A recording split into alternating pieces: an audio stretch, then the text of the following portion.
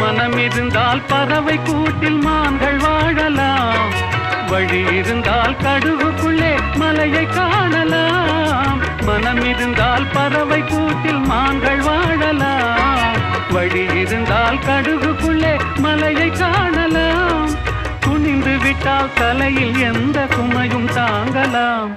குணம் குணம் அது கோவிலாகலாம். மனிதன் என்பவன் தெய்வமாகலாம். வாரி வாரி வழங்கும் போது வள்ளலாகலாம்.